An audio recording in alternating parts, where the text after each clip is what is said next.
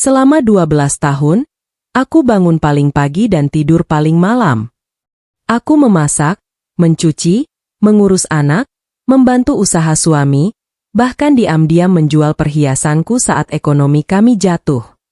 Tapi di depan keluarganya, suamiku justru berkata, "Istriku MAH cuma di rumah doang." Dan sejak kalimat itu keluar dari mulutnya, ada sesuatu dalam diriku yang perlahan mati. Tapi aku tetap bertahan. Sampai akhirnya, sebuah kejadian membuatku sadar, selama ini aku bukan dianggap istri, melainkan pembantu di rumahku sendiri. Assalamualaikum warahmatullahi wabarakatuh. Halo semuanya. Apa kabar kalian hari ini? Semoga kalian yang sedang menonton video ini selalu diberikan kesehatan, panjang umur, rezeki yang lancar, rumah tangga yang tenang, dan hati yang kuat menjalani hidup. Amin. Buat kalian yang baru bergabung di channel ini, jangan lupa subscribe dan nyalakan loncengnya ya. Karena di sini kita akan mendengarkan kisah-kisah kehidupan yang dekat dengan kenyataan banyak orang. Dan seperti biasa, coba tulis di kolom komentar, kalian menonton dari kota mana? Siapa tahu, ada yang diam-diam sedang menjalani kehidupan seperti cerita malam ini. Aku menikah dengan cinta yang sederhana. Dulu aku percaya, rumah tangga tidak harus dimulai dengan kemewahan. Aku tidak pernah bermimpi menikah dengan laki-laki kaya yang bisa memberiku rumah besar atau mobil mewah sejak awal. Yang kuinginkan waktu itu sederhana. Aku hanya ingin hidup dengan seseorang yang membuatku merasa tenang. Dan saat bertemu dengannya, aku pikir aku sudah menemukan orang itu. Kami menikah dengan keadaan yang sangat biasa. Tidak ada pesta mewah. Tidak ada gedung besar. Akad nikah kami dilakukan di rumah orang tuaku dengan kursi plastik pinjaman tetangga dan tenda sederhana yang bahkan sempat hampir roboh karena hujan sore itu. Tapi anehnya, aku bahagia sekali. Aku masih ingat jelas bagaimana wajahnya saat mengucapkan ijab kabul. Tangannya gemetar. Suaranya pelan. Dan setelah semuanya selesai, dia menatapku sambil tersenyum kecil seperti laki-laki paling lega di dunia. Saat itu aku benar-benar merasa dicintai. Setelah menikah kami tinggal di rumah kontrakan kecil di gang sempit pinggir kota. Rumahnya sederhana sekali. Dindingnya masih setengah papan. Lantainya belum semua keramik. Kalau hujan deras, suara air di atap seng sangat berisik sampai kami harus bicara lebih keras untuk saling mendengar. Dapur kami kecil. Kipas angin cuma satu. Dan lemari pakaian kami bahkan masih lemari plastik murah yang pintunya sering macet. Tapi dulu rumah kecil itu terasa hangat sekali. Karena kami menjalaninya bersama. Suamiku waktu itu bekerja di toko spare part motor milik temannya. Gajinya tidak besar. Kadang bahkan tidak cukup sampai akhir bulan. Tapi dia laki-laki pekerja keras. Setiap pagi dia selalu bangun lebih dulu. Kadang diam-diam mencuci motornya sebelum berangkat kerja. Dan sebelum pergi, dia selalu sempat mencium keningku sambil berkata, "Doain aku ya." Hal kecil seperti itu sekarang terasa mahal sekali untuk diingat. Aku juga berusaha menjadi istri yang baik. Aku belajar memasak meski sering gagal. Pernah suatu hari aku membuat sayur terlalu asin sampai kami berdua tidak bisa memakannya. Aku malu sekali waktu itu. Tapi suamiku malah tertawa sambil berkata, "Gak apa-apa, besok kita gagal lagi bareng-bareng." Kalimat sederhana. Tapi dulu aku merasa sangat dihargai. Kami memang sering kekurangan uang. Bahkan pernah suatu minggu kami benar-benar harus berhemat karena gaji suamiku telat. Aku masih ingat malam itu kami cuma makan nasi dengan kerupuk dan sambal. Aku takut suamiku kecewa. Tapi dia malah makan lahap sambil bercanda. Kalau kaya terus nanti kita sombong.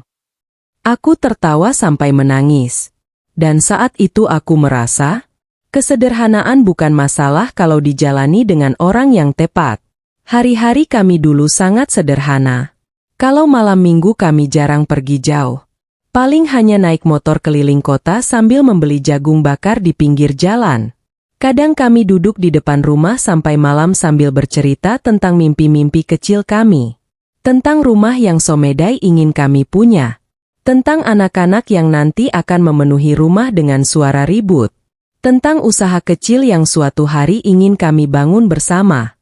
Aku selalu suka mendengar suamiku bercerita tentang masa depan. Matanya selalu penuh semangat. Dan aku percaya padanya. Aku percaya laki-laki ini akan menjadi imam terbaik untuk keluargaku. Saat anak pertama kami lahir, hidup kami memang makin sulit. Pengeluaran bertambah. Aku sering kurang tidur karena harus mengurus bayi sendirian saat suamiku bekerja. Tapi bahkan di masa capek seperti itu, aku masih merasa bahagia. Karena suamiku waktu itu masih sangat peduli. Kalau aku tertidur sambil duduk menggendong bayi, dia akan pelan-pelan memindahkan anak kami ke kasur. Kalau aku belum sempat makan, dia akan membawakan nasi bungkus saat pulang kerja. Kadang dia juga memijat pundakku meski tubuhnya sendiri sebenarnya sudah lelah. Dan setiap kali melihat itu, aku selalu berkata dalam hati, aku nggak salah pilih orang. Aku benar-benar mencintainya waktu itu. Bukan karena hartanya, bukan karena jabatannya, tapi karena cara dia membuatku merasa berharga. Aku tidak pernah menyangka bahwa bertahun-tahun kemudian, laki-laki yang sama akan membuatku menangis diam-diam di dapur rumahku sendiri. Dan aku juga tidak pernah membayangkan bahwa perempuan yang dulu begitu yakin dicintai, perlahan akan merasa seperti orang asing di rumah tangganya sendiri. Rumah kecil itu dulu penuh tawa. Awal pernikahan kami tidak pernah mudah. Setelah anak pertama lahir, pengeluaran semakin banyak sementara penghasilan suamiku tetap pas-pasan. Kadang aku melihatnya pulang kerja dengan wajah lelah dan mata kosong karena memikirkan uang belanja, kontrakan, susu anak, dan cicilan motor yang belum lunas. Tapi anehnya, di masa paling sederhana itu justru rumah kami terasa paling hidup. Aku masih ingat bagaimana rutinitas kami dulu. Setiap subuh aku bangun lebih dulu untuk memasak. Dapur kecil kami sering penuh asap karena kompor minyak yang kadang rewel. Kalau apinya tiba-tiba mati, aku suka panik sendiri sambil meniup-niup sumbu kompor sampai wajahku hitam kena jelaga. Dan setiap kali melihatku seperti itu, suamiku selalu tertawa. Udah kayak montir kompor aja. Lalu dia akan mendekat sambil membantu menyalakan api. Hal-hal kecil seperti itu dulu terasa sangat manis. Padahal hidup kami sebenarnya jauh dari kata nyaman. Kadang uang belanja tinggal sedikit padahal masih seminggu sebelum gajian. Aku harus pintar mengatur semuanya. Pernah selama beberapa hari kami hanya makan telur dan mie instan bergantian supaya uang susu anak tetap aman. Tapi kami tidak pernah benar-benar merasa miskin. Karena waktu itu kami masih saling menguatkan. Kalau aku mulai khawatir soal uang, suamiku akan berkata, tenang, rezeki nggak akan ketuker. Kalau dia terlihat stres sepulang kerja, aku akan membuat teh hangat lalu mendengarkan semua keluhannya. Dulu kami benar-benar seperti tim. Saling menopang, saling menenangkan, saling percaya. Malam hari adalah waktu favorit kami. Karena setelah semua pekerjaan selesai, kami biasanya duduk di depan rumah sambil menggendong anak kami yang masih kecil. Gang tempat kami tinggal memang sempit. Kadang suara tetangga bertengkar terdengar sampai ke dalam rumah. Kadang ada suara anak-anak main bola sampai malam. Tapi entah kenapa suasana itu justru terasa hangat. Kami sering ngobrol sampai larut malam. Tentang mimpi-mimpi kecil yang sebenarnya sederhana sekali. Suamiku pernah berkata, nanti kalau usaha kita berhasil, aku pengen punya rumah yang dapurnya gede buat kamu. Aku tertawa kecil waktu itu. Yang penting rumahnya nggak bocor dulu. Karena memang setiap hujan deras turun, rumah kami selalu bocor di beberapa titik. Kami sampai hafal ember harus ditaruh di mana saja. Lucunya, kami malah sering bercanda saat hujan datang. Suamiku pernah pura-pura jadi presenter berita sambil memegang gayung. Saudara-saudara, banjir kembali melanda dapur kita. Aku tertawa sampai perut sakit. Dan sekarang kalau mengingat semua itu, dadaku justru sesak. Karena ternyata kenangan paling indah sering datang dari masa yang paling sederhana. Saat anak kami mulai besar sedikit, aku mulai membantu suamiku lebih serius. Waktu itu dia mulai mencoba usaha kecil menjual spare part motor sendiri. Modalnya sedikit sekali. Barang dagangannya bahkan belum memenuhi 1 rak. Tapi suamiku sangat semangat. Dan aku ikut percaya pada mimpinya. Setiap pagi sebelum dia pergi belanja barang dagangan, aku menyiapkan sarapan dan mencatat pesanan pelanggan di buku kecil. Kadang aku juga membantu membungkus barang sambil menggendong anak. Bahkan kalau pegawai tidak masuk, aku ikut menjaga toko kecil kami. Aku tidak pernah malu.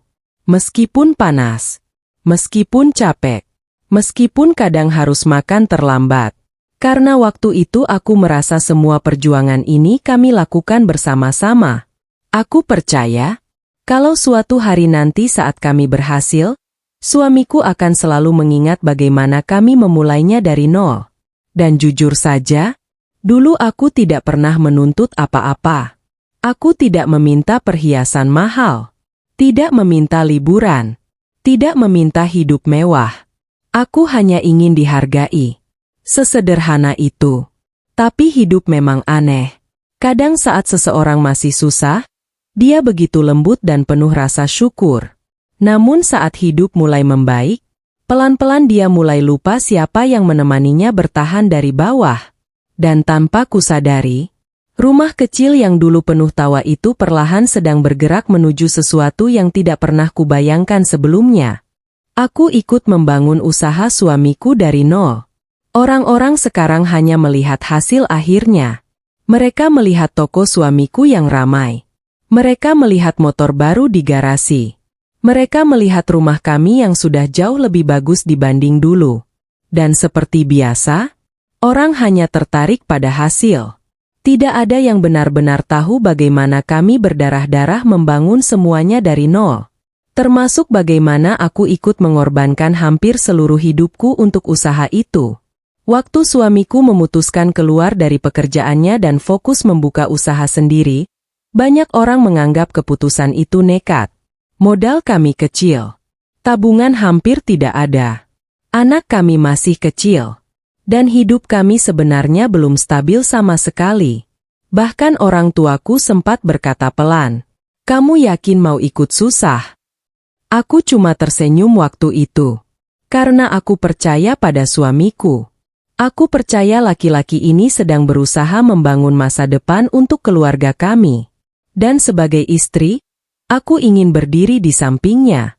Bukan di belakang. Bukan juga menuntut hasil cepat. Hari-hari setelah itu benar-benar berat. Toko spare part kecil kami masih sepi pelanggan. Kadang sehari hanya ada 1 atau 2 orang datang. Bahkan pernah kami tidak dapat pembeli sama sekali. Aku masih ingat jelas bagaimana wajah suamiku setiap malam saat menghitung uang hasil jualan. Dia selalu pura-pura tenang. Tapi aku tahu dia takut. Takut gagal. Takut mengecewakanku. Takut tidak bisa memberi kehidupan yang layak untuk anak-anak kami. Dan setiap kali melihatnya seperti itu, aku selalu berkata, "Pelan-pelan aja, yang penting jangan nyerah." Aku benar-benar berusaha menjadi tempat pulangnya saat dunia terasa berat. Pagi hariku dimulai sebelum matahari terbit. Aku bangun lebih dulu untuk memasak. Setelah itu membersihkan rumah, mencuci baju, mengurus anak, lalu membantu membuka toko kecil kami. Kadang aku bahkan belum sempat mandi sampai siang karena terlalu sibuk. Kalau ada pelanggan datang, aku ikut melayani. Kalau ada barang baru masuk, aku membantu mencatat stok. Aku belajar nama-nama spare part meski sebenarnya aku tidak paham dunia otomotif sama sekali. Lucunya, dulu aku bahkan tidak tahu bedanya kampas rem dan busi. Tapi demi membantu usaha kami, aku belajar semuanya pelan-pelan. Kadang aku menjaga toko sambil menggendong anak yang rewel karena mengantuk. Kadang aku makan siang sangat terlambat karena toko ramai. Kadang aku begitu lelah sampai tertidur sambil duduk. Tapi aku tidak pernah benar-benar mengeluh. Karena waktu itu aku percaya, kami sedang berjuang bersama. Aku masih ingat suatu malam saat toko benar-benar sepi. Hujan deras turun sejak sore. Dan uang di laci kasir bahkan tidak cukup untuk membeli beras esok hari. Suamiku duduk diam di depan toko sambil menunduk. Lampu kecil di atas kepala membuat wajahnya terlihat sangat lelah. Lalu dia berkata pelan, "Mungkin aku gagal." Kalimat itu langsung membuat dadaku sesak. Karena untuk pertama kalinya aku melihat laki-laki yang selalu terlihat kuat, mulai kehilangan harapan. Aku mendekatinya pelan lalu duduk di sampingnya. Kita belum gagal. Dia tertawa kecil pahit. Tabungan habis. Toko sepi. Anak makin besar. Aku menggenggam tangannya waktu itu. Selama kita masih mau berusaha, belum selesai. Dan malam itu, aku benar-benar percaya dengan kata-kataku sendiri. Besok paginya aku mulai memikirkan cara lain membantu keuangan kami. Aku menerima pesanan kue kecil-kecilan dari tetangga. Kadang menjahit sederhana. Kadang menjual makanan ringan di depan toko. Apa saja kulakukan supaya kami tetap bertahan. Tubuhku sering capek sekali. Tapi melihat suamiku tetap semangat membuatku ikut kuat. Sampai akhirnya perlahan usaha itu mulai berkembang. Pelanggan mulai bertambah. Toko kecil kami mulai ramai. Suamiku mulai dikenal banyak orang. Dan jujur saja, tidak ada perempuan yang lebih bahagia daripada istri yang melihat suaminya berhasil setelah jatuh bangun dari nol. Aku bangga sekali waktu itu. Saat orang-orang mulai memuji suamiku pekerja keras, aku ikut tersenyum bahagia. Aku merasa semua perjuangan kami akhirnya mulai membuahkan hasil. Aku pikir, suamiku tidak akan pernah lupa siapa yang menemaninya di masa paling sulit. Aku pikir, semakin sukses nanti, kami akan semakin menghargai satu sama lain.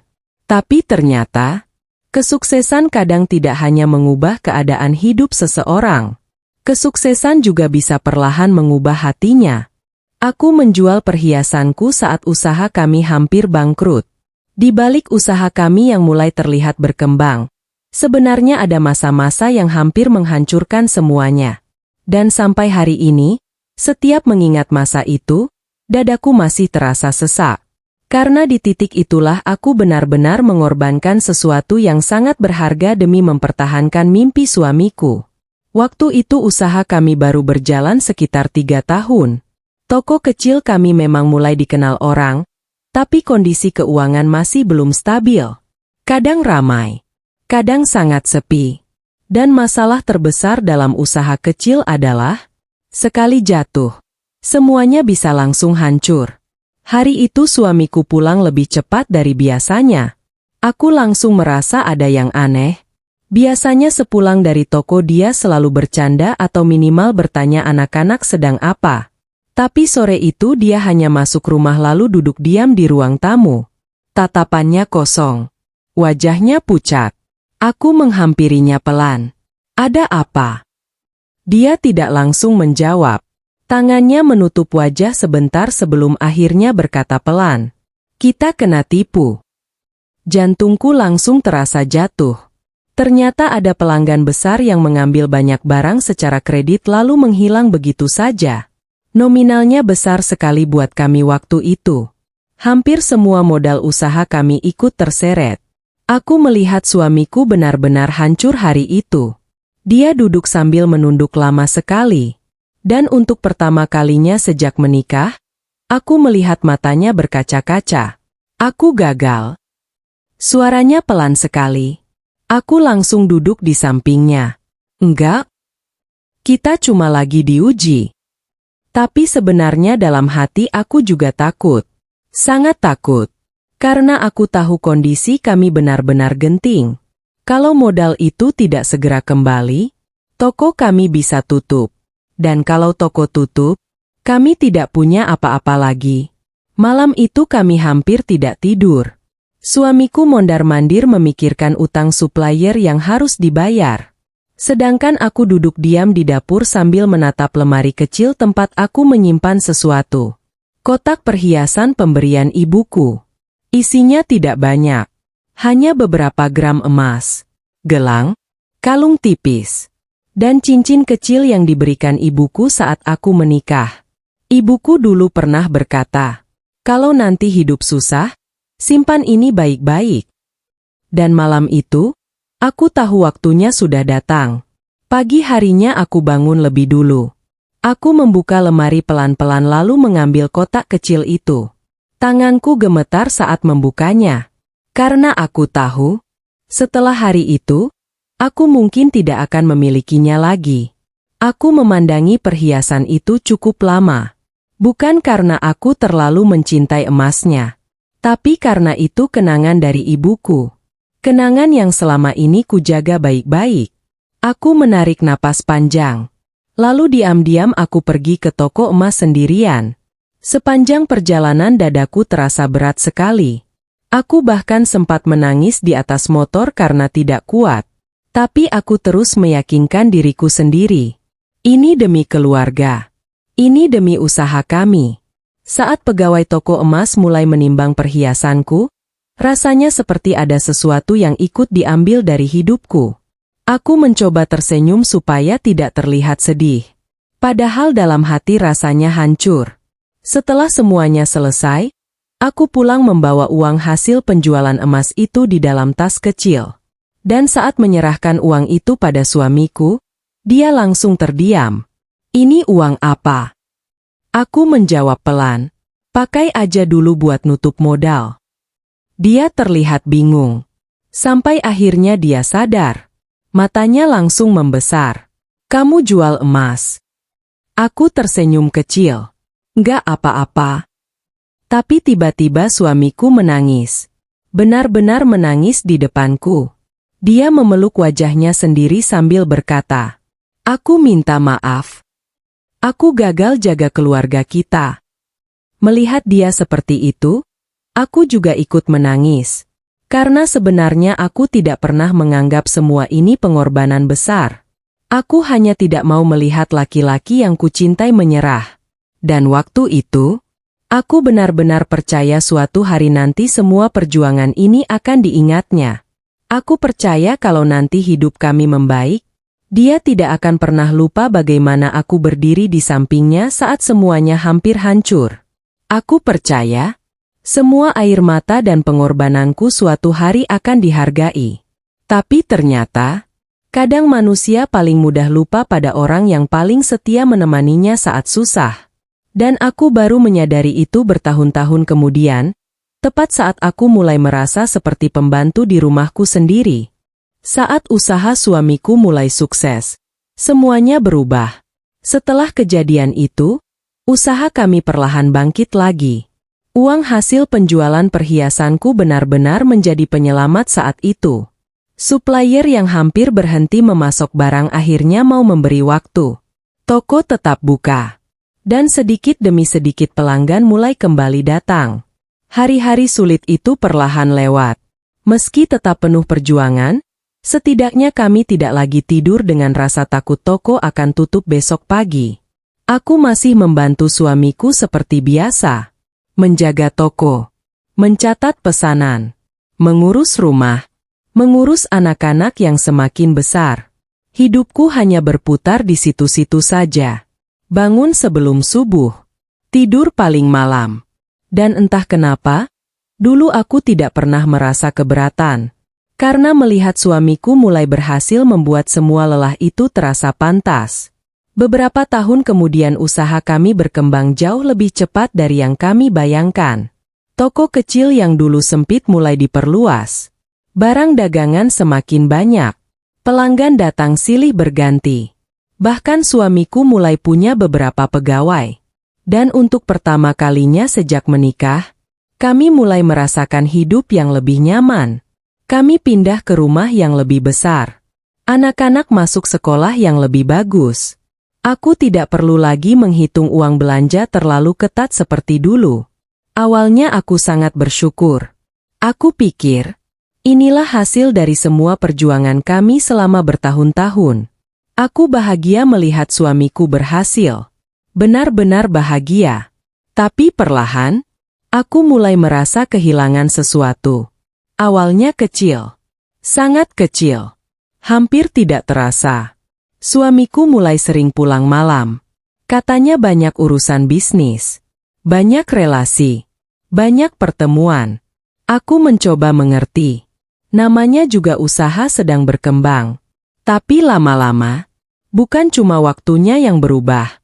Sikapnya juga ikut berubah. Kalau dulu dia selalu bercerita apapun padaku, sekarang dia lebih banyak sibuk dengan ponselnya. Kalau dulu dia selalu makan malam bersama keluarga, sekarang sering makan di luar dengan teman-temannya.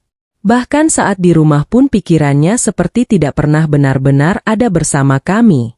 Suatu malam aku membuat masakan favoritnya. Aku memasak cukup lama karena ingin menyenangkan hatinya. Tapi saat dia pulang dan mencicipinya, dia hanya berkata singkat, "Keasinan." Lalu meletakkan sendok dan sibuk bermain ponsel. Aku langsung diam. Kalimat itu sebenarnya sederhana. Tapi entah kenapa malam itu aku merasa sangat sedih. Karena dulu, laki-laki yang sama pernah makan mie instan gosong buatanku sambil tertawa dan bilang semuanya enak. Aku mulai sadar, kesuksesan perlahan mengubah cara suamiku memandang hidup. Dan mungkin, memandangku juga. Dia mulai sering membeli barang mahal. Jam tangan baru. Sepatu mahal. Motor baru. Teman-temannya juga berubah. Sekarang dia lebih sering berkumpul dengan orang-orang berduit. Orang-orang yang istrinya tampil cantik, wangi, dan sibuk ikut arisan atau nongkrong di kafe. Sedangkan aku tetap perempuan yang sama. Lebih sering di dapur. Lebih sering memakai daster rumah. Lebih sering sibuk mengurus anak dan rumah. Dan tanpa sadar, aku mulai merasa malu dengan diriku sendiri. Puncaknya terjadi saat kami menghadiri acara keluarga besar. Hari itu aku sudah berusaha berdandan rapi. Aku memakai gamis terbaik yang kupunya.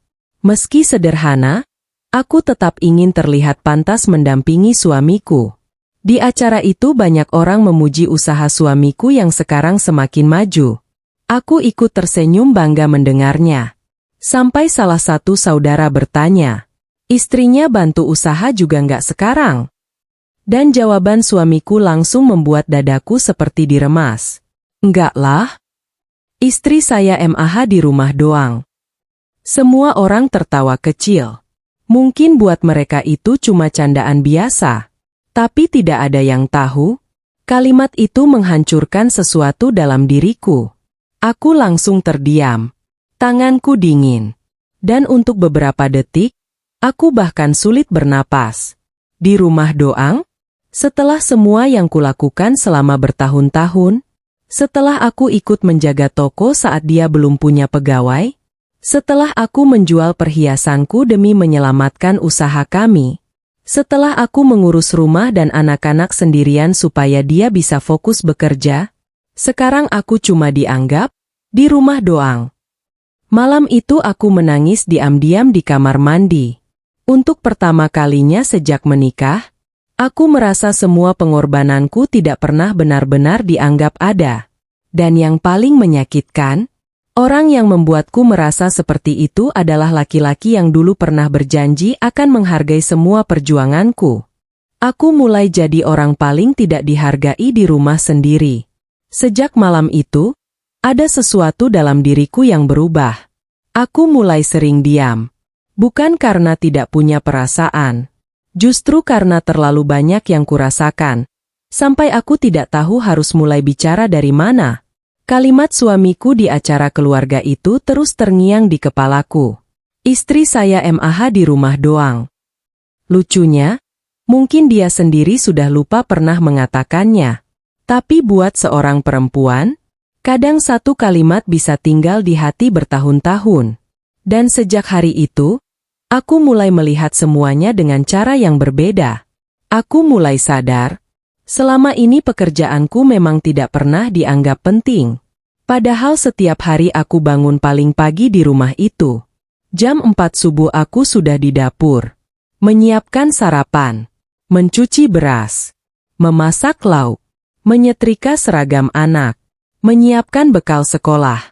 Belum lagi membersihkan rumah, mencuci pakaian, mengurus kebutuhan anak-anak, membantu toko saat pegawai tidak masuk, sampai memastikan semua kebutuhan rumah berjalan baik. Semua itu kulakukan setiap hari, tanpa libur, tanpa gaji, tanpa penghargaan.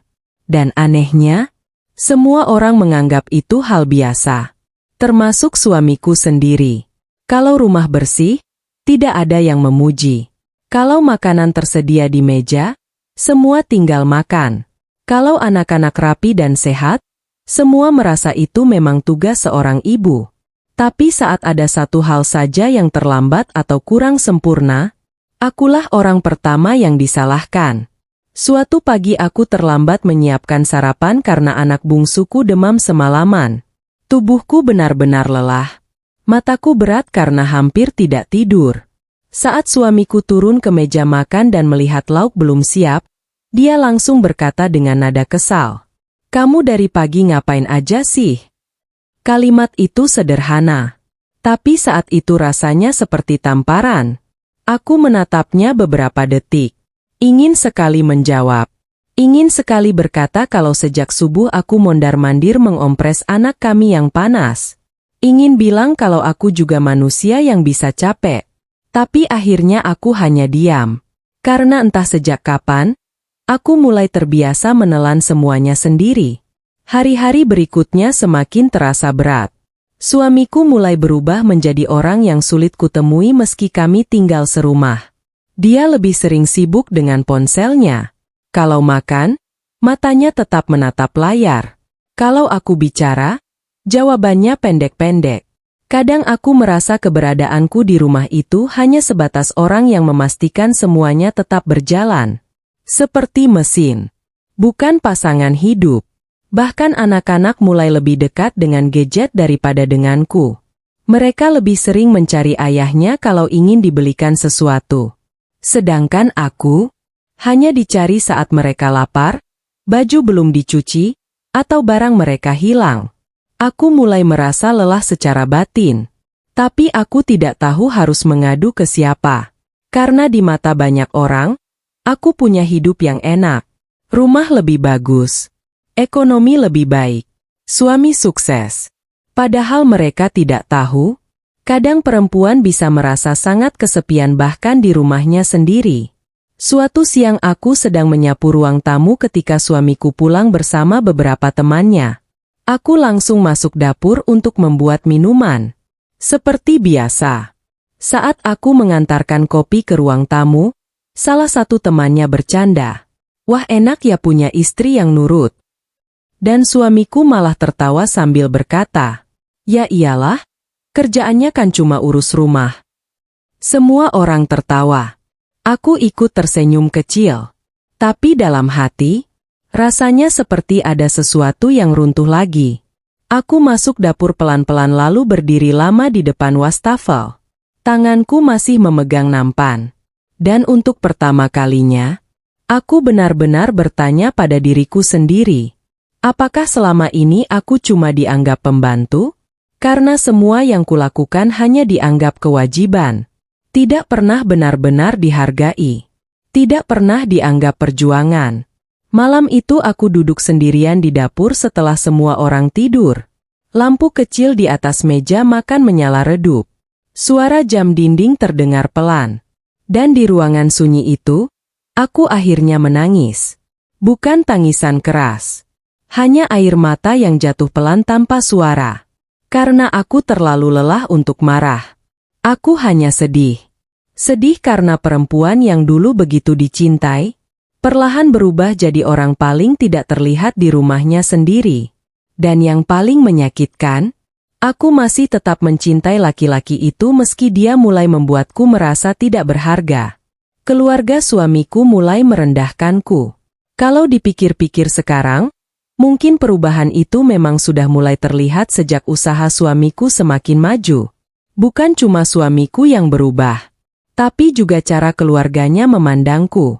Dulu saat kami masih susah, mereka jarang datang, jarang peduli. Bahkan saat kami benar-benar kesulitan uang, Hampir tidak ada yang bertanya bagaimana keadaan kami. Tapi setelah usaha suamiku berkembang, mereka mulai sering muncul. Awalnya aku senang. Aku pikir hubungan keluarga kami jadi lebih dekat. Aku menyambut mereka dengan baik setiap datang ke rumah. Memasakkan makanan. Membuatkan minuman. Bahkan kadang menyiapkan kamar kalau ada yang menginap. Aku benar-benar berusaha menjadi menantu yang baik. Tapi lama-lama, aku mulai merasa keberadaanku hanya dianggap seperti pelayan. Setiap kali keluarga suamiku datang, aku pasti sibuk sendiri di dapur. Sedangkan mereka duduk santai di ruang tamu sambil mengobrol dan tertawa. Kalau makanan kurang, aku yang disalahkan. Kalau rumah sedikit berantakan, mereka langsung mengomentari. Dan yang paling menyakitkan, suamiku hampir tidak pernah membelaku. Suatu hari ibu mertua datang bersama beberapa saudara suamiku. Hari itu aku sudah memasak banyak sekali. Ayam goreng, sayur sop, sambal. Aku bahkan belum sempat duduk sejak pagi karena sibuk menyiapkan semuanya. Saat makan siang, salah satu saudara suamiku tiba-tiba berkata sambil tertawa kecil. Enak ya jadi ibu rumah tangga. Nggak capek kerja.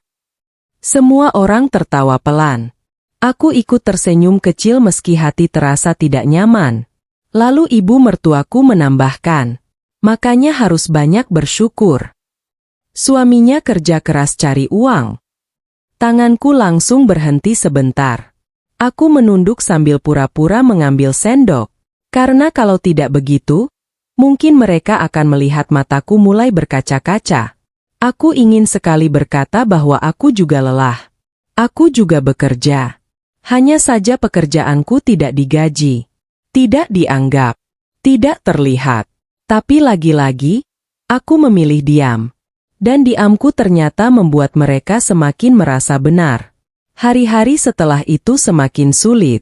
Keluarga suamiku mulai sering membanding-bandingkanku dengan istri orang lain. Istri si A sekarang buka salon. Istri si B ikut bisnis online. Perempuan sekarang harus produktif. Kalimat-kalimat itu terdengar seperti nasihat biasa. Tapi cara mereka memandangku membuatku tahu. Mereka menganggap aku tidak cukup baik untuk suamiku sekarang. Aku mulai merasa kecil di rumah sendiri. Padahal dulu, saat suamiku masih belum punya apa-apa, akulah yang berdiri paling depan menemaninya. Aku ikut menjaga toko. Aku menjual perhiasanku. Aku mengurus semuanya sendirian saat dia sibuk membangun usaha. Tapi sekarang, semua perjuangan itu seperti hilang begitu saja. Yang mereka lihat hanya satu. Aku cuma ibu rumah tangga. Puncaknya terjadi saat acara ulang tahun keponakan suamiku. Hari itu keluarga besar berkumpul di rumah kakak iparku. Aku datang lebih awal membantu memasak dan menyiapkan acara. Sejak pagi aku sudah mondar-mandir di dapur. Mengupas bawang. Mencuci piring. Mengangkat makanan. Sementara yang lain sibuk duduk mengobrol dan berfoto. Aku sebenarnya tidak masalah membantu. Karena memang dari dulu aku terbiasa bekerja. Tapi sore itu, aku mendengar sesuatu yang membuat dadaku benar-benar sakit. Saat aku sedang membawa nampan minuman dari dapur, aku mendengar salah satu saudara suamiku berkata, untung aja suaminya sukses. Kalau enggak, dia mau ngandelin apa? Mereka tertawa kecil. Dan yang paling menghancurkan, suamiku ada di sana. Mendengar semuanya, tapi dia hanya tersenyum kecil. Tidak membela. Tidak menyangkal. Tidak mengatakan bahwa aku pernah ikut berjuang bersamanya. Aku langsung masuk kembali ke dapur sebelum mereka melihat wajahku. Tanganku gemetar saat meletakkan nampan. Dadaku sesak sekali. Dan untuk pertama kalinya dalam hidup, aku merasa benar-benar tidak punya harga diri di depan keluarga suamiku. Aku berdiri lama di dapur sambil menahan tangis. Sampai salah satu keponakan kecil masuk dan berkata polos, "Tante kok dari tadi di dapur terus?" Aku tersenyum kecil sambil mengusap matanya. "Iya nih, tante penjaga dapur." Anak kecil itu tertawa lalu pergi lagi. Tapi setelah dia keluar, aku langsung menangis diam-diam. Karena kalimat polos itu terasa seperti kenyataan hidupku sekarang. Aku memang seperti penjaga dapur. Ada saat semua orang butuh, tapi tidak benar-benar dianggap ada. Dan malam itu saat pulang, aku duduk diam sepanjang perjalanan. Sedangkan suamiku sibuk bermain ponsel tanpa sadar bahwa ada sesuatu dalam hati istrinya yang perlahan mulai hancur sedikit demi sedikit. Suamiku mulai malu punya istri sepertiku. Setelah kejadian di rumah kakak iparku itu, ada sesuatu yang berubah dalam cara aku memandang suamiku. Bukan karena aku berhenti mencintainya. Justru itu yang membuat semuanya terasa lebih sakit. Karena semakin kita mencintai seseorang, semakin dalam luka saat kita merasa tidak dihargai olehnya. Hari-hari setelah itu berjalan seperti biasa. Aku tetap bangun pagi, tetap memasak, tetap mengurus rumah dan anak-anak, tetap membantu semua kebutuhan suamiku tanpa diminta. Tapi sekarang aku melakukannya dengan hati yang jauh lebih lelah. Aku mulai sering bertanya dalam hati, apakah semua ini memang tidak pernah berarti? Atau memang aku yang terlalu berharap dihargai? Sementara itu, kehidupan suamiku semakin sibuk. Usahanya makin besar. Relasinya makin banyak. Dia mulai sering menghadiri acara bisnis, makan malam dengan rekan kerja, bahkan beberapa kali diundang ke acara komunitas pengusaha. Dan perlahan, aku mulai merasa dia tidak nyaman membawaku masuk ke dunianya yang sekarang. Awalnya aku mencoba mengabaikan perasaan itu. Sampai suatu malam dia bersiap menghadiri acara makan malam bersama beberapa relasi bisnisnya. Aku sebenarnya tidak terlalu tertarik ikut. Tapi saat dia memakai kemeja rapi dan parfum mahalnya, aku bercanda kecil. Wah, istrinya nggak diajak. Dia tertawa singkat. Lalu jawabannya membuat senyumku perlahan hilang. Ah, nanti kamu bosan. Aku masih mencoba santai. Ya nggak apa-apa sekali-sekali. Tapi dia langsung menjawab cepat. Yang datang istri-istri pengusaha semua. Kalimat itu langsung membuat ruangan terasa sunyi. Dia mungkin tidak sadar arti ucapannya. Tapi aku langsung mengerti. Aku tidak cocok berada di dunia barunya sekarang. Aku terlalu sederhana. Terlalu rumahan. Terlalu biasa untuk berdiri di samping laki-laki yang sekarang mulai dikenal banyak orang. Malam itu aku hanya tersenyum kecil lalu berkata, "Oh, ya udah hati-hati." Tapi setelah dia pergi, aku duduk sendirian di ruang tamu cukup lama, menatap pantulan diriku di layar televisi yang mati. Daster rumah. Rambut asal diikat. Kulit mulai kusam karena terlalu sering di dapur. Dan tiba-tiba aku sadar.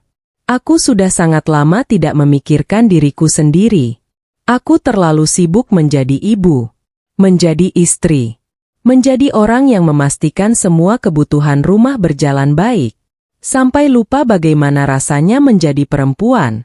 Beberapa hari setelah itu, perasaan tidak nyaman itu semakin kuat. Suamiku mulai sering mengomentari penampilanku. Tidak terang-terangan kasar, tapi cukup untuk membuatku merasa kecil. Suatu sore saat aku sedang menyapu ruang tamu, dia berkata sambil melihatku sekilas, "Kamu nggak mau dandan gitu?" Aku tersenyum kecil. "Mau dandan buat nyapu?" Dia tertawa.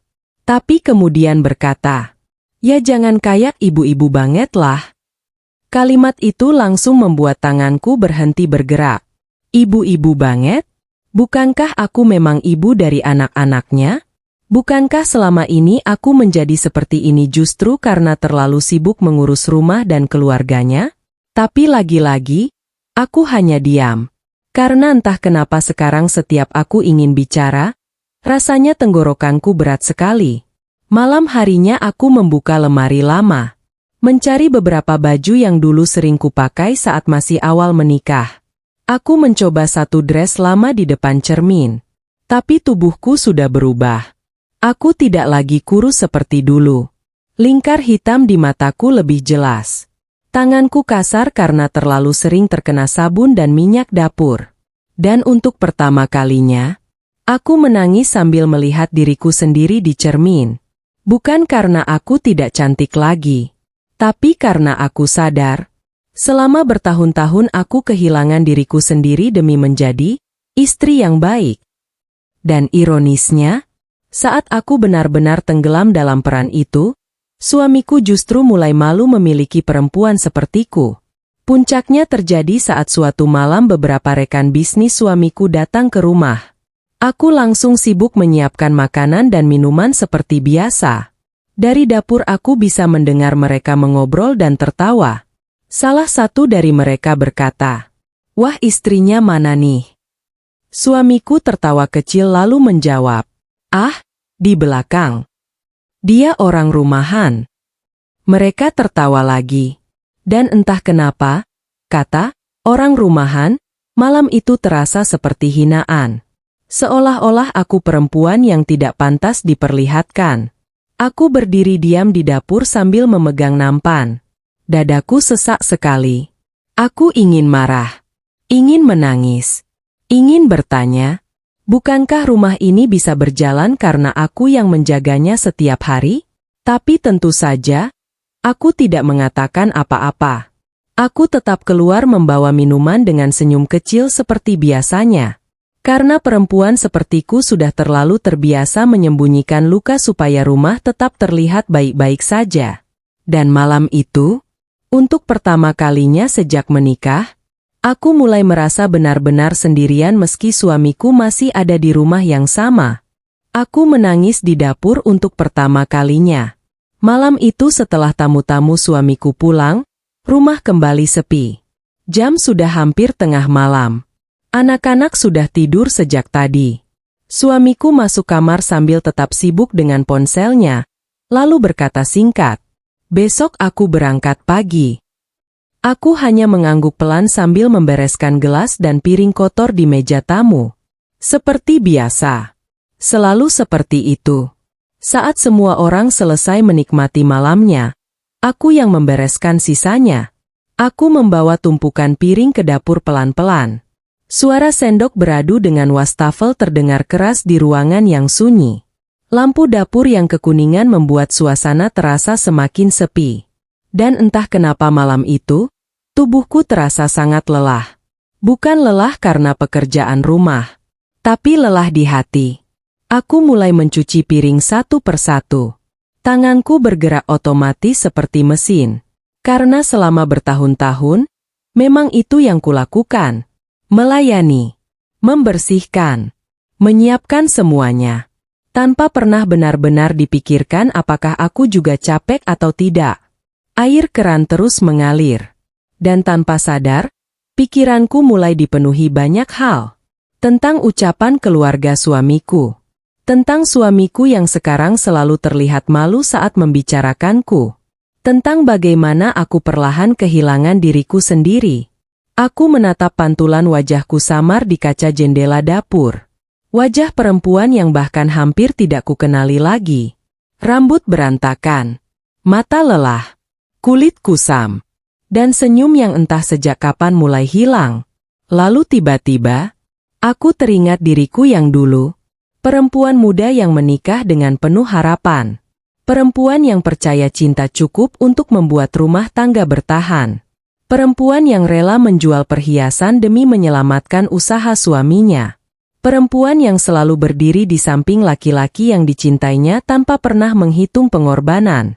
Dan sekarang, perempuan itu berdiri sendirian di dapur tengah malam sambil merasa seperti pembantu di rumahnya sendiri.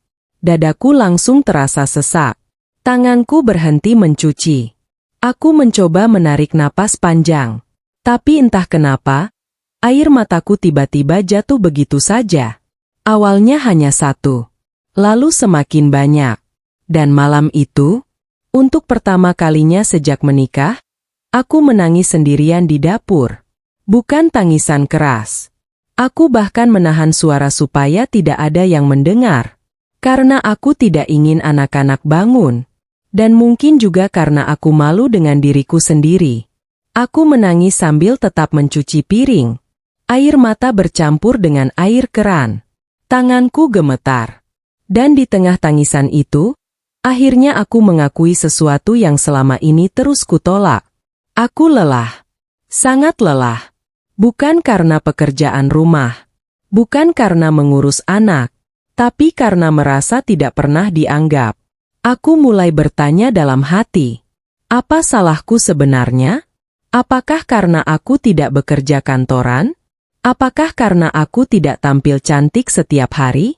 Apakah karena aku terlalu sibuk mengurus rumah sampai lupa merawat diri sendiri? Atau memang, seorang ibu rumah tangga memang mudah dianggap tidak berharga?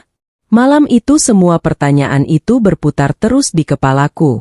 Dan yang paling menyakitkan, aku mulai merasa keberadaanku di rumah ini hanya dibutuhkan, tapi tidak dicintai. Ada saat orang lapar, mereka mencariku. Saat baju belum dicuci, mereka memanggilku. Saat rumah berantakan, aku yang disalahkan. Tapi tidak ada yang benar-benar bertanya, "Apa kamu bahagia?" Lucunya, aku sendiri bahkan sudah lupa kapan terakhir kali merasa bahagia. Setelah semua piring selesai dicuci, aku duduk pelan di lantai dapur. Lampu masih menyala redup. Jam dinding menunjukkan hampir pukul 1 malam. Dan di ruangan kecil itu, aku memeluk lututku sendiri sambil menangis tanpa suara. Aku merasa sangat sendirian. Padahal rumah ini penuh orang. Saat itulah aku mulai sadar, kadang perempuan tidak hancur karena kekurangan uang. Perempuan hancur saat semua pengorbanannya dianggap biasa saja. Saat lelahnya tidak pernah dilihat. Saat keberadaannya hanya terasa penting kalau ada pekerjaan yang harus dikerjakan. Dan malam itu, ada sesuatu dalam diriku yang perlahan mulai mati.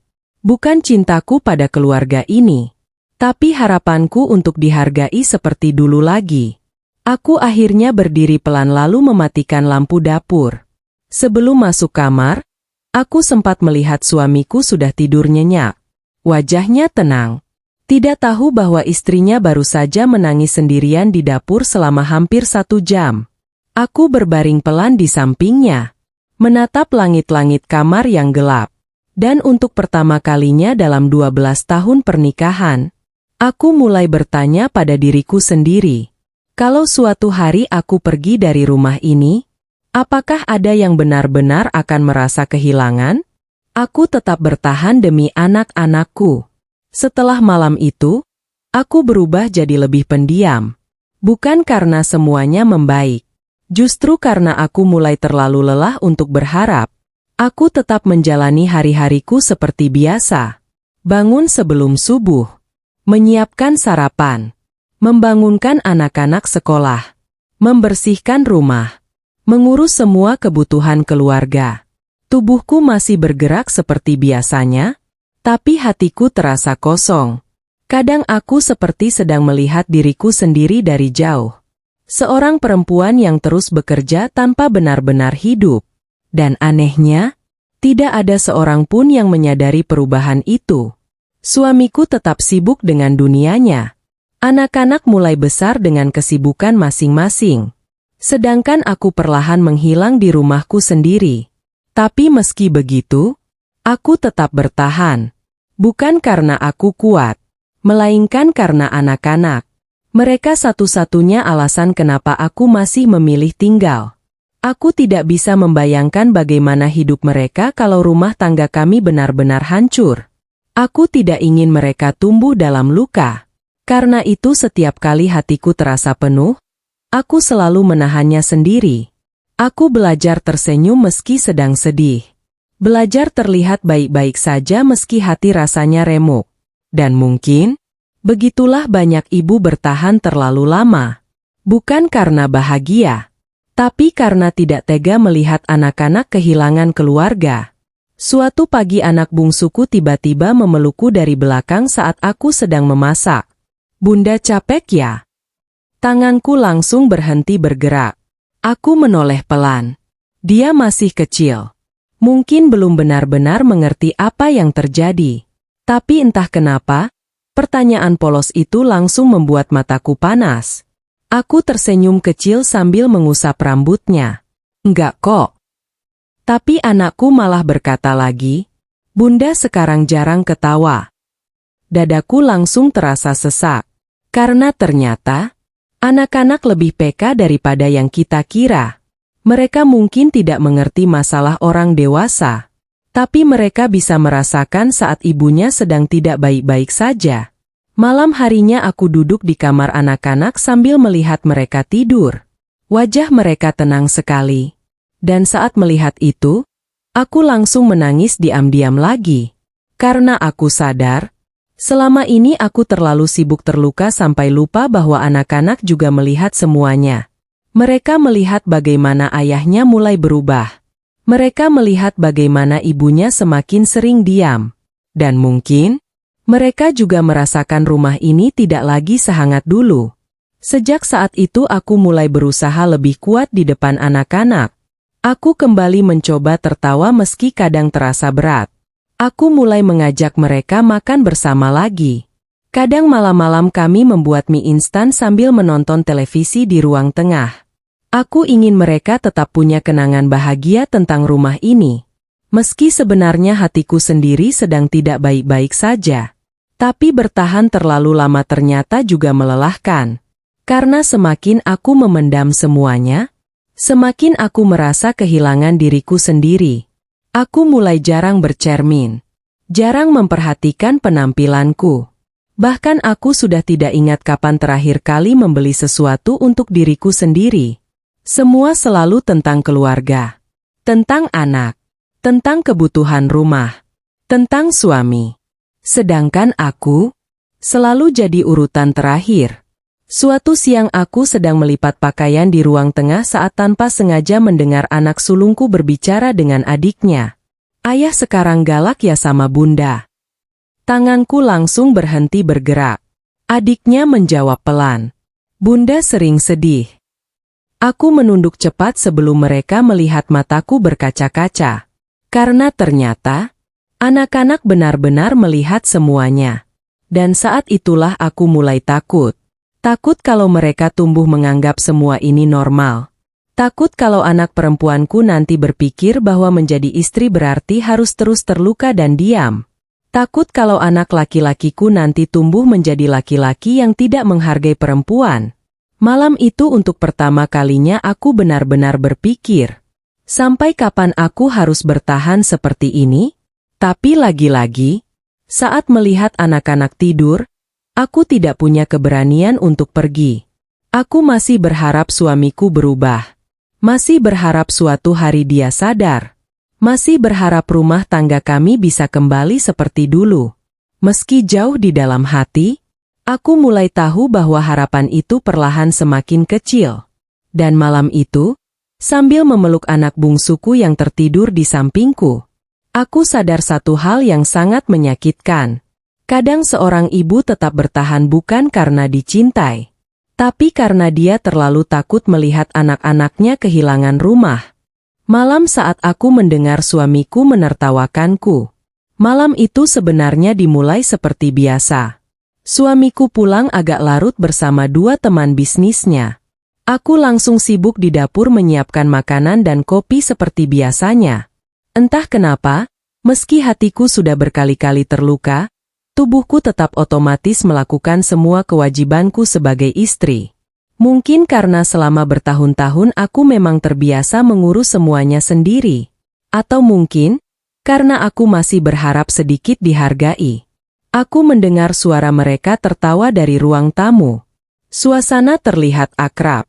Sesekali terdengar suara gelas diletakkan di meja dan obrolan tentang bisnis yang sebenarnya tidak terlalu kupahami. Setelah semua makanan siap, aku mengantarkannya ke ruang tamu lalu kembali ke dapur. Aku tidak ikut duduk. Karena sekarang aku selalu merasa tidak cocok berada di tengah dunia suamiku. Dari dapur aku masih bisa mendengar obrolan mereka samar-samar. Awalnya biasa saja. Tentang usaha. Tentang proyek, tentang relasi bisnis. Sampai salah satu temannya tiba-tiba berkata sambil tertawa, "Lu sekarang sukses banget. Istri lu pasti seneng dimanja." Aku yang sedang mencuci gelas langsung diam. Entah kenapa aku ingin mendengar jawaban suamiku. Dan beberapa detik kemudian, aku mendengar dia tertawa kecil sebelum berkata, "Ah, istri gue mah nggak ngerti apa-apa. Minta apa juga nggak pernah." Teman-temannya ikut tertawa. Aku masih mencoba berpikir positif. Mungkin dia cuma bercanda. Sampai kalimat berikutnya membuat tanganku langsung gemetar. Dia tuh udah kayak Art di rumah. Yang penting rumah beres. Semua orang tertawa lebih keras. Dan saat itu, dunia rasanya berhenti. Aku berdiri diam di depan wastafel. Air keran masih mengalir. Tapi tubuhku terasa dingin. Jantungku berdetak sangat keras sampai telingaku berdengung. Aku bahkan sempat berpikir mungkin aku salah dengar. Tapi tidak. Aku mendengar semuanya dengan jelas. Art, asisten rumah tangga. Setelah 12 tahun menemani hidupnya, setelah semua pengorbanan yang kulakukan, itulah cara suamiku melihatku sekarang. Tanganku mulai gemetar hebat. Aku mematikan keran pelan karena takut suara tangisku terdengar. Dadaku sesak sekali. Sakitnya berbeda dari semua luka sebelumnya. Karena malam itu, untuk pertama kalinya aku mendengar langsung bagaimana suamiku memandangku saat aku tidak ada di depannya. Dan ternyata, aku memang bukan lagi pasangan hidupnya. Aku hanya orang yang memastikan rumah tetap berjalan. Aku berdiri cukup lama di dapur sambil menahan napas. Air mataku jatuh tanpa bisa kutahan lagi. Tapi aku menutup mulutku sendiri supaya tidak bersuara. Karena lucunya, bahkan saat hatiku hancur, aku masih takut mempermalukan suamiku di depan tamunya. Beberapa menit kemudian aku mendengar salah satu temannya berkata, "Tapi istri kayak gitu enak sih. Nurut." Dan suamiku menjawab sambil tertawa, "Iya, nggak banyak nuntut." Kalimat itu benar-benar menghancurkanku. Karena dia tidak pernah sadar, aku bukan tidak punya keinginan. Aku hanya terlalu sibuk mencintai keluargaku sampai lupa memikirkan diriku sendiri. Aku perlahan duduk di lantai dapur. Tubuhku terasa lemas. Dan malam itu, aku menangis lebih keras dari sebelumnya. Bukan karena marah, tapi karena akhirnya aku sadar sepenuhnya, selama ini aku memang tidak lagi dianggap sebagai istri. Aku hanya dianggap pelengkap rumah. Seseorang yang keberadaannya penting saat dibutuhkan, tapi tidak benar-benar dihargai sebagai manusia. Aku teringat semua hal yang pernah kulakukan untuk keluarga ini. Aku menjual perhiasanku. Aku membantu usaha dari nol. Aku mengurus anak-anak sendirian saat dia sibuk membangun bisnis. Aku menahan capek, menahan sedih, menahan kecewa. Dan semua itu berakhir dengan satu kalimat. Dia udah kayak Art di rumah. Malam itu ada sesuatu dalam diriku yang benar-benar patah. Bukan lagi kecewa kecil yang masih bisa kutahan. Tapi rasa sakit yang membuatku mulai mempertanyakan seluruh hidupku. Saat tamu-tamu akhirnya pulang, aku sudah mencuci wajah dan berpura-pura biasa saja. Suamiku masuk kamar sambil membuka kancing bajunya. Dia bahkan tidak sadar mataku bengkak karena menangis. Tidak sadar istrinya baru saja hancur di dapur karena ucapan mulutnya sendiri. Sebelum tidur dia sempat berkata santai, "Besok jangan lupa antar anak ya." Aku hanya menjawab pelan, "Iya." Lalu mematikan lampu. Dan malam itu, dalam gelap kamar yang sunyi, aku menatap langit-langit sambil bertanya pada diriku sendiri. Kalau orang yang paling kita cintai saja tidak lagi menghargai kita, lalu sebenarnya kita masih bertahan untuk apa? Aku jatuh sakit, tapi tidak ada yang peduli. Setelah malam itu, tubuhku mulai ikut menyerah.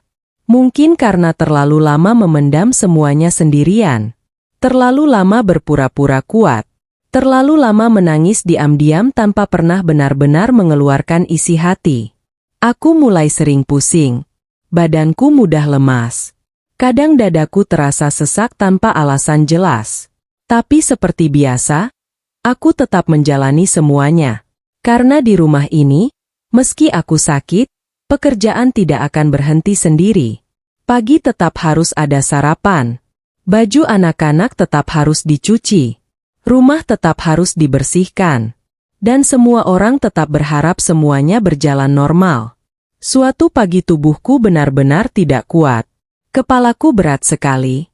Pandangan berkunang-kunang. Tapi aku tetap memaksakan diri bangun untuk memasak. Saat sedang menggoreng telur, tanganku tiba-tiba gemetar hebat sampai spatula jatuh ke lantai. Aku langsung berpegangan ke meja dapur karena dunia terasa berputar. Suamiku yang baru turun tangga melihatku sekilas lalu berkata, "Kamu kenapa?" Aku mencoba tersenyum kecil. "Nggak apa-apa, cuma pusing."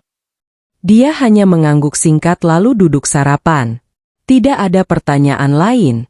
Tidak ada perhatian. Dan entah kenapa, itu lebih menyakitkan daripada sakit di tubuhku sendiri. Dulu, sedikit saja aku terlihat pucat, dia langsung panik. Sekarang bahkan saat aku hampir jatuh di dapur, semuanya terasa biasa saja.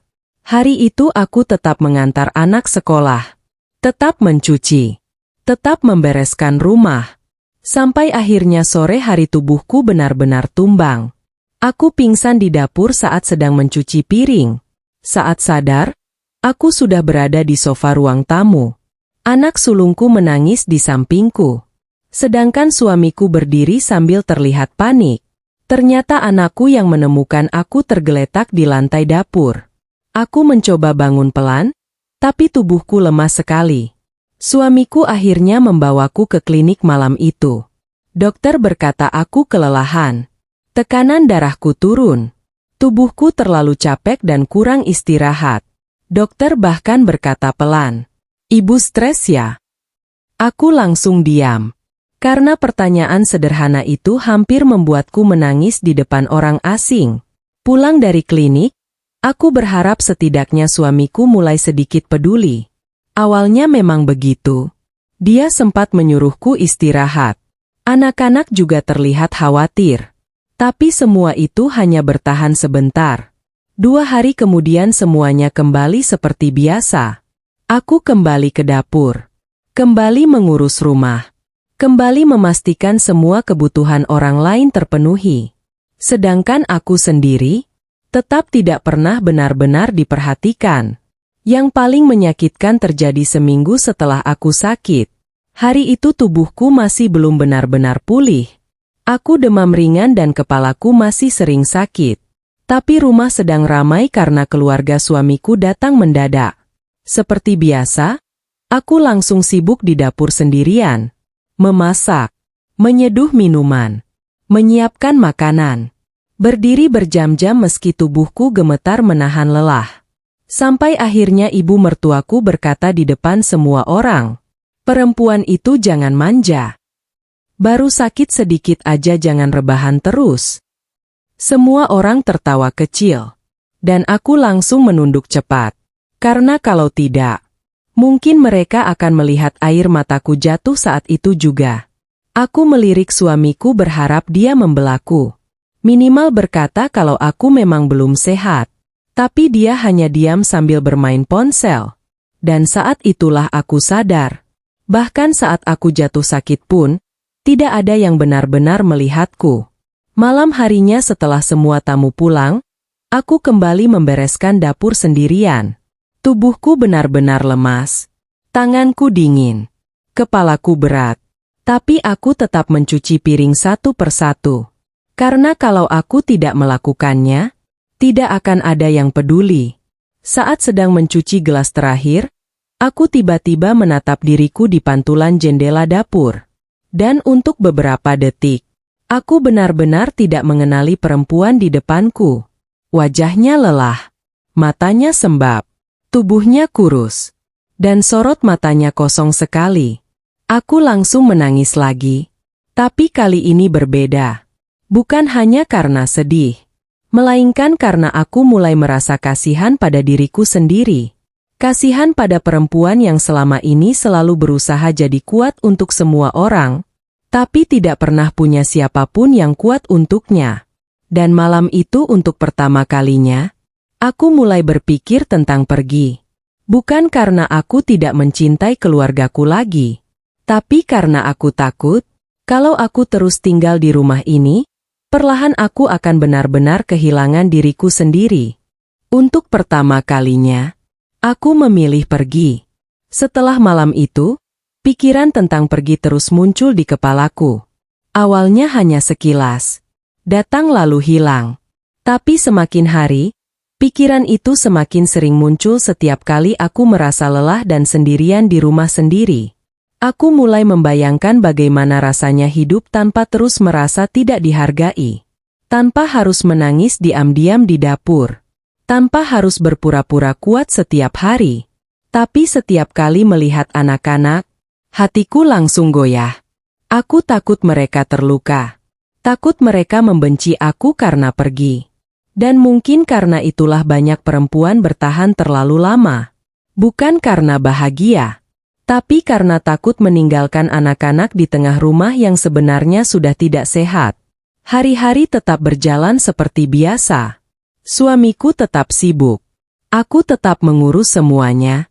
Tapi sekarang ada jarak yang semakin terasa di antara kami. Kami masih tinggal satu rumah. Masih tidur di kamar yang sama. Tapi rasanya seperti dua orang asing yang hanya kebetulan hidup bersama. Sampai suatu malam, aku benar-benar merasa tidak kuat lagi. Hari itu sebenarnya sangat melelahkan. Sejak pagi aku mengurus rumah sendirian karena Art yang biasanya datang sedang izin. Aku belum benar-benar pulih dari sakit. Tubuhku masih sering lemas. Tapi semua pekerjaan tetap harus selesai. Malam harinya suamiku pulang lebih larut dari biasanya. Aku sudah menunggunya makan malam sejak tadi. Makanan di meja bahkan sudah dingin. Saat dia masuk rumah, aku mencoba tersenyum kecil. Mau aku angetin makanannya. Tapi dia hanya menjawab singkat sambil tetap sibuk bermain ponsel. Nggak usah. Lalu dia duduk tanpa benar-benar melihat wajahku. Aku menahan napas pelan. Entah kenapa malam itu dadaku terasa penuh sekali. Aku memberanikan diri bicara pelan. Kita bisa ngobrol bentar nggak? Dia menghela napas seperti orang yang sedang lelah menghadapi sesuatu. Mau ngomong apa lagi? Kalimat itu langsung menusuk. Tapi aku tetap mencoba tenang. Aku cuma ngerasa akhir-akhir ini kita jauh banget. Dia tertawa kecil pendek. Perasaan kamu aja. Aku langsung terdiam beberapa detik. Lalu akhirnya semua yang selama ini kupendam keluar begitu saja. Aku capek. Suaraku mulai bergetar. Aku capek ngerasa nggak dianggap di rumah ini. Dia langsung menaruh ponselnya dengan wajah kesal. Kamu mulai lagi. Aku kerja capek-capek buat keluarga juga. Aku mengangguk cepat. Aku tahu. Tapi aku juga capek. Aku juga manusia. Dan untuk pertama kalinya setelah bertahun-tahun, aku menangis di depannya. Bukan tangisan pelan seperti biasanya. Tapi tangisan perempuan yang sudah terlalu lama memendam semuanya sendirian. Aku bicara sambil sesenggukan. Tentang semua rasa sakitku. Tentang bagaimana dia memperlakukanku di depan orang lain. Tentang ucapan, di rumah doang. Tentang malam saat aku mendengar dia menyebutku seperti Art. Tentang bagaimana aku merasa hilang di rumah ini. Suamiku awalnya hanya diam. Tapi bukannya meminta maaf, dia justru berkata pelan dengan nada dingin. Kamu terlalu lebay. Kalimat itu langsung membuat seluruh tubuhku terasa dingin. Aku menatapnya lama sekali. Dan saat itu, ada sesuatu dalam diriku yang benar-benar patah. Karena akhirnya aku sadar. Laki-laki yang dulu paling takut membuatku menangis, sekarang bahkan tidak lagi peduli dengan air mataku. Malam itu aku tidak berteriak, tidak marah. Aku justru tiba-tiba merasa sangat tenang. Tenang yang aneh. Seperti seseorang yang akhirnya berhenti berharap. Aku berdiri pelan lalu masuk kamar. Suamiku tidak mengejarku. Tidak juga mencoba menghentikan. Aku membuka lemari perlahan lalu mengambil beberapa baju. Tanganku gemetar saat memasukkannya ke tas. Karena selama 12 tahun menikah, aku tidak pernah benar-benar membayangkan akan pergi dari rumah ini. Anak-anak sudah tidur. Aku mendekati mereka satu persatu. Mencium kening mereka sambil menangis diam-diam. Dadaku terasa hancur. Karena meninggalkan anak-anak bahkan untuk sementara terasa seperti mencabut sebagian hidupku sendiri. Tapi malam itu, aku tahu kalau aku tetap tinggal tanpa pernah dihargai, lama-lama aku akan benar-benar hancur. Saat aku keluar membawa tas kecil, suamiku baru sadar. Dia menatapku bingung. Mau kemana? Aku menjawab pelan sambil menahan tangis. Aku cuma mau istirahat. Lalu untuk pertama kalinya dalam 12 tahun pernikahan, aku melangkah keluar rumah itu sendirian. Dan anehnya, di tengah rasa sakit yang begitu besar, aku juga merasakan sesuatu yang sudah sangat lama hilang dari hidupku. Lega. Rumah itu akhirnya berantakan tanpa aku. Malam pertama aku pergi dari rumah, adalah malam paling panjang dalam hidupku. Aku menginap di rumah kakakku di kota sebelah. Sepanjang perjalanan tadi aku terus menangis diam-diam di dalam mobil online sambil memeluk tasku erat-erat. Sampai sekarang pun aku masih tidak percaya. Akhirnya aku benar-benar keluar dari rumah yang sudah kutinggali selama 12 tahun. Rumah yang dulu kubangun dengan cinta. Rumah yang setiap sudutnya pernah kupenuhi harapan. Dan sekarang, aku pergi bukan karena sudah tidak mencintai keluarga itu lagi, tapi karena aku terlalu lelah terus terluka di dalamnya. Kakakku tidak banyak bertanya malam itu. Mungkin dia tahu dari wajahku bahwa ada sesuatu yang sudah terlalu lama kupendam. Dia hanya memelukku saat aku datang. Dan pelukan sederhana itu langsung membuatku menangis lebih keras. Karena sudah lama sekali aku tidak merasa dipedulikan seperti manusia. Malam itu aku tidur di kamar tamu kecil rumah kakakku. Tapi aku hampir tidak bisa tidur. Pikiranku penuh. Tentang anak-anak. Tentang rumah. Tentang suamiku. Aku membayangkan apakah mereka mencariku sekarang. Apakah anak-anak bangun dan menangis karena tidak melihatku? Apakah suamiku marah? Atau mungkin, dia justru merasa rumah lebih tenang tanpa aku. Pagi harinya aku terbangun karena suara ponsel terus berbunyi. Ternyata puluhan panggilan tidak terjawab dari anak sulungku. Tanganku langsung gemetar saat menelepon balik. Dan begitu mendengar suaranya, hatiku langsung hancur. Bunda di mana? Suaranya serak seperti habis menangis. Aku langsung menahan air mata. Bunda cuma pergi sebentar sayang. Bunda kangen. Kalimat itu membuat dadaku terasa diremas. Aku memejamkan mata sambil menahan tangis. Karena ternyata, sejauh apapun aku mencoba pergi, hati seorang ibu akan selalu tertinggal pada anak-anaknya. Hari itu aku mendapat banyak pesan dari suamiku. Awalnya hanya singkat. Kamu di mana? Lalu beberapa jam kemudian, pulang aja dulu. Dan malam harinya, anak-anak nyariin. Tapi entah kenapa, tidak ada satupun pesan yang benar-benar menanyakan perasaanku. Tidak ada. Kamu sakit hati ya? Atau, maaf kalau aku nyakitin kamu. Dan itu membuatku semakin sadar. Selama ini bahkan suamiku sendiri tidak pernah benar-benar mencoba memahami luka yang kurasakan. Hari-hari berikutnya rumah itu mulai kacau tanpa aku. Aku tahu dari cerita anak-anak. Seragam sekolah terlambat disetrika. Bekal sering lupa dibuat. Rumah mulai berantakan. Bahkan anak bungsuku sempat tidak masuk sekolah karena tidak ada yang menyiapkan semuanya pagi-pagi. Awalnya aku sedih mendengarnya. Tapi lama-lama, aku justru mulai sadar sesuatu. Selama ini semua orang menganggap pekerjaanku tidak penting karena semuanya selalu berjalan lancar. Mereka tidak pernah tahu bahwa rumah itu bisa tenang karena ada seseorang yang diam-diam terus menjaganya setiap hari. Dan saat orang itu pergi, Barulah semua mulai terasa berantakan. Suamiku mulai sering menelepon. Awalnya nadanya masih keras. Udah puas pergi. Apa sih maunya kamu? Aku hanya diam. Karena untuk pertama kalinya, aku tidak lagi punya tenaga untuk menjelaskan luka yang bahkan tidak pernah mau dia pahami. Tapi beberapa hari kemudian nada suaranya mulai berubah. Lebih pelan. Lebih lelah. Suatu malam dia menelepon cukup lama tanpa banyak bicara. Aku hanya mendengar suara televisi dari rumah di belakang sana. Lalu dia berkata pelan, "Rumah sepi." Dadaku langsung sesak. Karena jujur saja, aku juga merasa sangat kehilangan. Aku rindu suara anak-anak. Rindu rutinitas pagi. Rindu rumah itu. Aku bahkan masih mencintai laki-laki itu meski dia sudah berkali-kali melukaiku.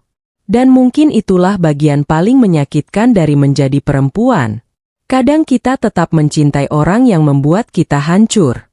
Beberapa hari setelah aku pergi, anak sulungku datang bersama suamiku ke rumah kakakku. Saat melihatku, anakku langsung memelukku sambil menangis. "Bunda pulang." Aku langsung ikut menangis sambil memeluknya erat. Dan di belakang anakku, aku melihat suamiku berdiri diam. Wajahnya terlihat jauh lebih lelah. Matanya sembab. Dan untuk pertama kalinya setelah bertahun-tahun, aku melihat laki-laki itu seperti benar-benar kehilangan sesuatu. Rumah itu akhirnya berantakan tanpa aku. Bukan karena aku perempuan hebat. Bukan karena aku sempurna. Tapi karena selama ini, aku adalah orang yang diam-diam menjaga semuanya tetap utuh meski diriku sendiri perlahan hancur. Suamiku baru sadar siapa yang selama ini menjaga keluarga. Hari itu rumah kakakku terasa sangat sunyi. Anak sulungku masih duduk memelukku erat seolah takut aku pergi lagi. Sedangkan suamiku berdiri beberapa langkah di belakang kami sambil diam. Aku memperhatikannya pelan. Dan jujur saja, sudah lama sekali aku tidak melihat wajahnya selelah itu. Biasanya dia selalu terlihat percaya diri. Selalu terlihat sibuk dan kuat. Tapi hari itu laki-laki itu tampak seperti seseorang yang baru kehilangan arah. Setelah anakku mulai tenang, kakakku mengajak anak-anak bermain di luar supaya kami bisa bicara. Ruangan langsung jadi hening. Aku duduk sambil menunduk. Sedangkan suamiku berdiri cukup lama sebelum akhirnya duduk pelan di depanku. Dan untuk beberapa menit, tidak ada satupun dari kami yang bicara. Sampai akhirnya dia berkata pelan, "Rumah nggak pernah serapi itu lagi sejak kamu pergi." Dadaku langsung terasa sesak. Karena kalimat sederhana itu justru membuatku sadar. Selama ini keberadaanku memang hanya terasa saat aku tidak ada. Dia melanjutkan dengan suara lebih pelan. "Anak-anak tiap pagi panik. Aku baru sadar ternyata banyak hal kecil yang selama ini nggak pernah aku pikirin." Aku tetap diam. Karena aku takut kalau aku bicara sekarang, aku akan menangis lagi. Lalu dia tertawa kecil pahit sambil menunduk. Aku bahkan nggak tahu seragam anak yang mana buat hari apa. Aku memejamkan mata pelan. Dan entah kenapa, ada rasa sedih yang aneh mendengar semua itu. Bukan sedih karena ingin dikasihani, tapi sedih karena ternyata selama 12 tahun, semua pekerjaanku memang dianggap otomatis ada begitu saja. Padahal aku juga manusia. Aku juga capek. Aku juga butuh dihargai. Suamiku menarik napas panjang sebelum akhirnya berkata sesuatu yang membuatku langsung menatapnya. "Aku minta maaf." Suaranya pelan sekali. Dan untuk pertama kalinya setelah bertahun-tahun, aku mendengar ketulusan di sana. Dia menunduk lama sebelum melanjutkan. "Aku terlalu sibuk mikirin kerja, sampai lupa siapa yang sebenarnya bikin rumah ini tetap hidup." Air mataku langsung jatuh. Karena jujur saja, aku sudah terlalu lama menunggu kalimat itu. Bukan minta dipuji. Bukan minta dimanjakan. Aku hanya ingin diakui bahwa aku juga berjuang. Bahwa semua yang kulakukan selama ini bukan hal kecil. Suamiku menatapku dengan mata merah. Aku pikir cari uang itu udah cukup. Ternyata aku salah. Aku pulang ke rumah tiap hari tinggal makan. Anak-anak rapi. Rumah bersih. Aku nggak pernah mikir semua itu ada karena kamu capek setiap hari. Suaranya mulai bergetar. Dan malam itu untuk pertama kalinya, aku melihat laki-laki itu benar-benar menyesal. Dia mengusap wajahnya pelan lalu berkata lagi, "Waktu kamu pergi, aku baru sadar rumah itu cuma bangunan kalau nggak ada kamu." Kalimat itu langsung membuat dadaku penuh. Karena selama ini, aku selalu merasa seperti orang paling tidak terlihat di rumahku sendiri. Dan sekarang akhirnya, dia mulai melihat semuanya.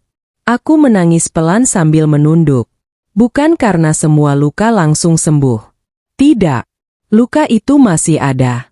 Ucapan-ucapannya dulu masih membekas di hati.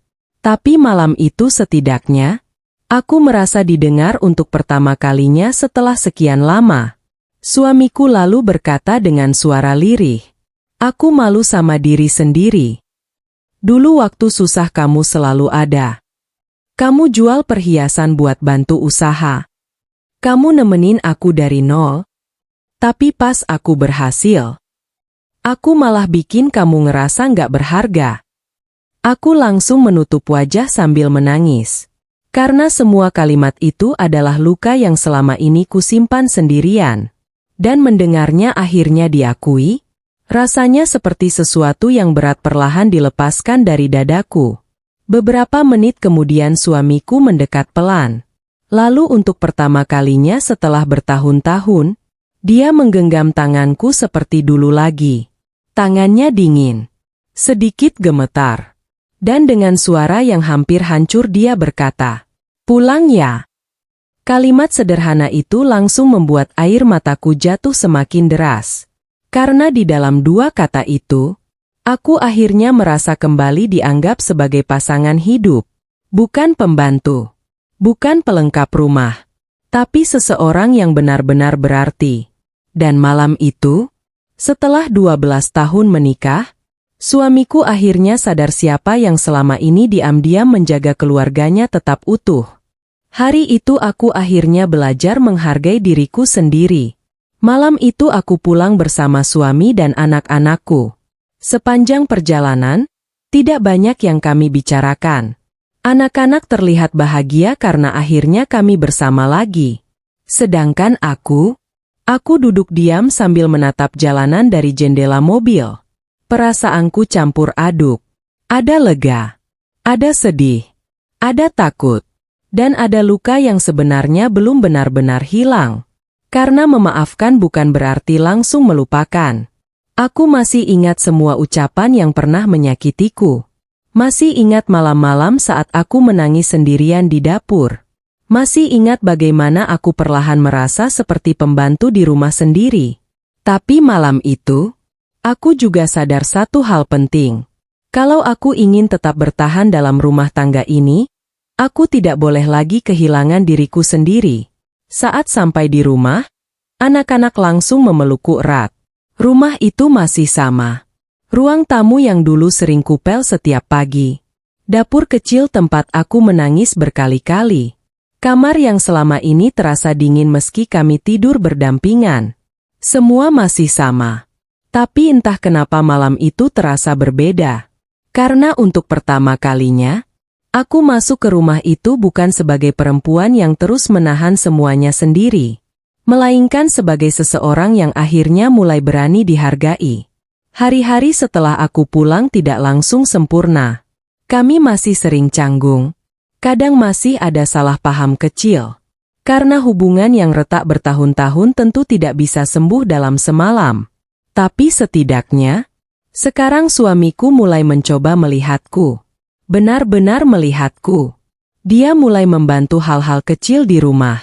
Kadang membereskan meja makan sendiri. Kadang membantu anak-anak belajar. Kadang bahkan masuk dapur hanya untuk bertanya, "Kamu capek enggak?"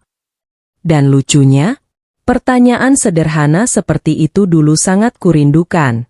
Suatu pagi saat aku sedang memasak, Suamiku tiba-tiba berdiri di pintu dapur cukup lama. Aku menoleh bingung. Kenapa? Dia tersenyum kecil lalu berkata, "Selama ini kamu tiap hari kayak gini ya?" Aku tertawa kecil. "Iya." Dia menunduk sebentar sebelum akhirnya berkata pelan, "Makasih ya." Kalimat itu sederhana.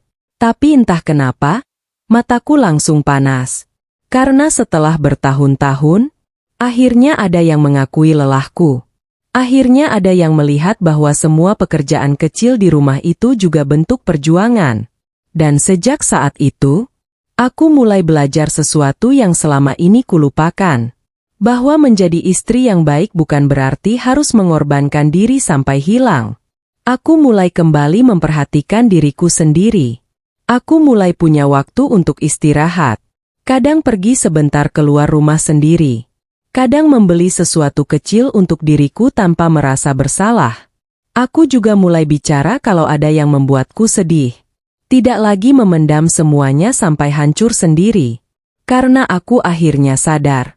Perempuan yang terus diam saat terluka lama-lama akan kehilangan dirinya sendiri. Dan aku hampir mengalaminya. Suatu malam aku berdiri sendirian di dapur. Tempat yang dulu jadi saksi air mataku berkali-kali. Tapi malam itu berbeda. Aku tidak menangis. Aku justru tersenyum kecil sambil melihat rumah yang mulai terasa hangat lagi. Anak-anak tertawa di ruang tengah. Suamiku membantu membereskan meja makan. Dan untuk pertama kalinya setelah sekian lama, aku merasa kembali hidup. Bukan karena rumah tangga kami sudah sempurna. Tidak ada rumah tangga yang sempurna. Tapi karena akhirnya, aku belajar menghargai diriku sendiri. Aku belajar bahwa cinta tidak boleh membuat seseorang kehilangan harga dirinya. Aku belajar bahwa perempuan juga berhak didengar, dihargai, dan diperlakukan dengan lembut. Dan yang paling penting, aku akhirnya mengerti bahwa seorang ibu rumah tangga bukan cuma di rumah. Karena perempuan yang setiap hari menjaga rumah tetap hidup, sebenarnya sedang memegang salah satu pekerjaan paling berat di dunia. Hari itu aku menatap diriku sendiri di cermin dapur cukup lama. Dan untuk pertama kalinya setelah bertahun-tahun, aku tidak lagi melihat perempuan lelah yang kehilangan dirinya. Aku melihat perempuan kuat yang berhasil bertahan, tanpa benar-benar kehilangan hatinya. Terima kasih sudah mendengarkan cerita ini sampai akhir. Kalau kalian sedang merasa lelah, tidak dihargai, atau terlalu sering memendam semuanya sendiri, percayalah, kalian tidak sendirian. Dan buat para ibu rumah tangga di luar sana, apa yang kalian lakukan setiap hari bukan hal kecil. Rumah bisa terasa hangat, anak-anak bisa tumbuh dengan baik, dan keluarga bisa tetap utuh. Seringkali karena ada perempuan hebat yang diam-diam menahan lelah sendirian. Jangan lupa untuk tetap menghargai diri kalian sendiri. Karena perempuan yang terus memberi cinta, juga pantas menerima cinta.